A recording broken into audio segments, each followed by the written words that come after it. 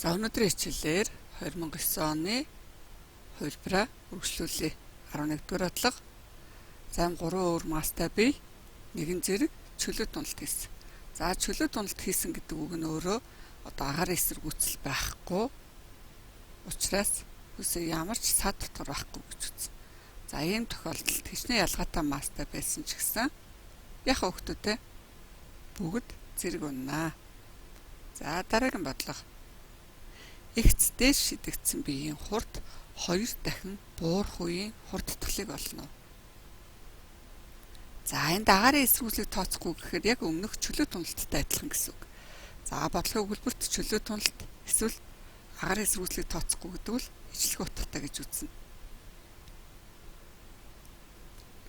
За игц дээш шидэгдсэн биеийн хурд хичнээн их байх нь хамаагүй тухайн гариг дээр жишээлбэл одоо манай дэлхийгээс шалтгаалж байгаа эсвэл ангараг дээр байгаа ангарагаас шалтгаалж байгаа тохиолдолд хүнтэй хүчний хурдтгал нь тухайн гаригийн хувьд тогтмол байдаг учраас хурд ихсэх багасах ерөөсөө босоо чиглэлийн хөдөлгөөнд бол хамаарахгүй.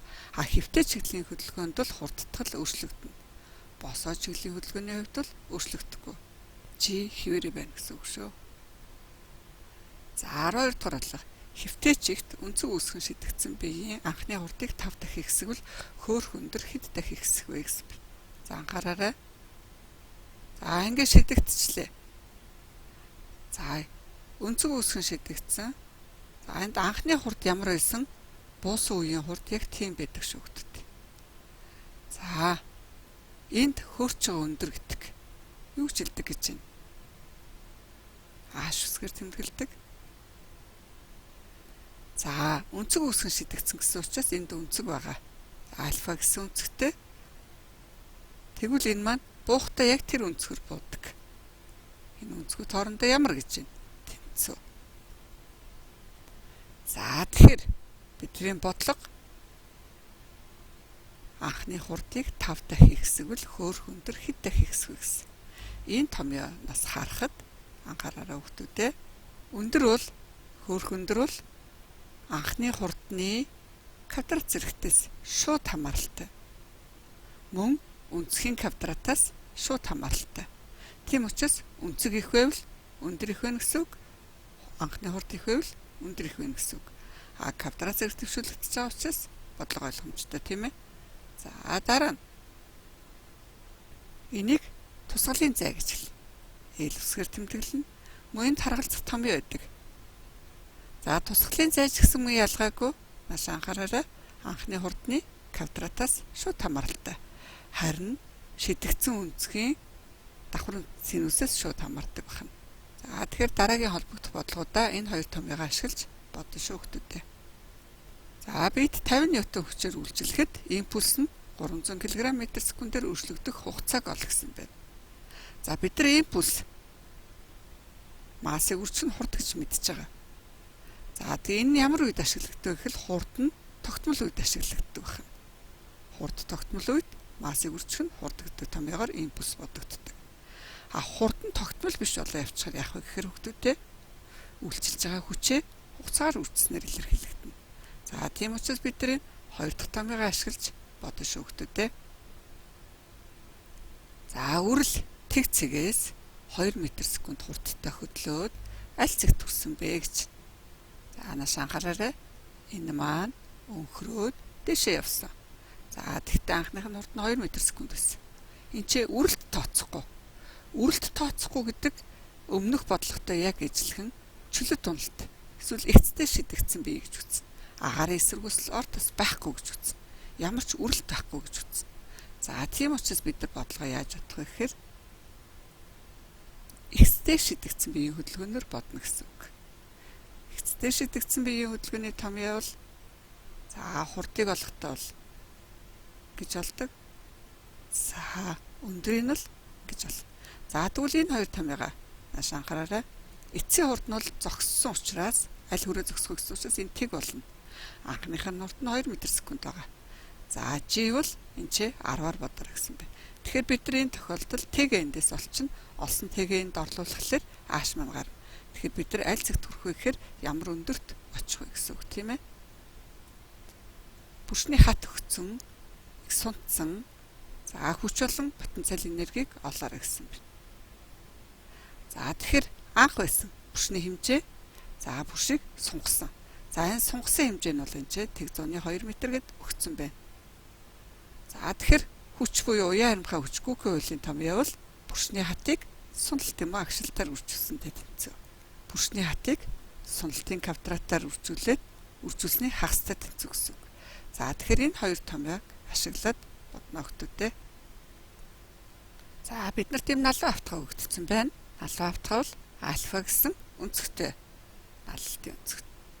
За энэ дээр бий байгаа дэлхийн татах хүчний нөлөөгөөр гулсж байгаа. За тийм учраас дэлхийн татах хүчийг хөндийн хүчийг илэрхийлнэ. За тэгвэл энэ биеийг налуу автгаа маань түлхэж өгч байгаа. Энийг тулгуурын хүч гэнэ. За энэ бие маань налуу автгаатайгаа шүргэлцэж байгаа. Энийг үргэлтийн хүч гэнэ. Бодохдоо амар хэлбэр болгохын тулд хөндийн хүчээ проект болгож задлж өгье. Налуу автгын альфа өнцөгт бол энэ өнцөг адилхан байдаг шүү хүмүүстээ. Энэ өнцөг адилхан байдаг. Тийм учраас Пифагорын хуулиар проектлоод өгчгөр mg налсан өнцөг. Налсан каттайгаа учраас косинус альфа энэ өнцгийн эсрэг талын каттайгаа учраас синус альфагаар үржиж задлж өгнө.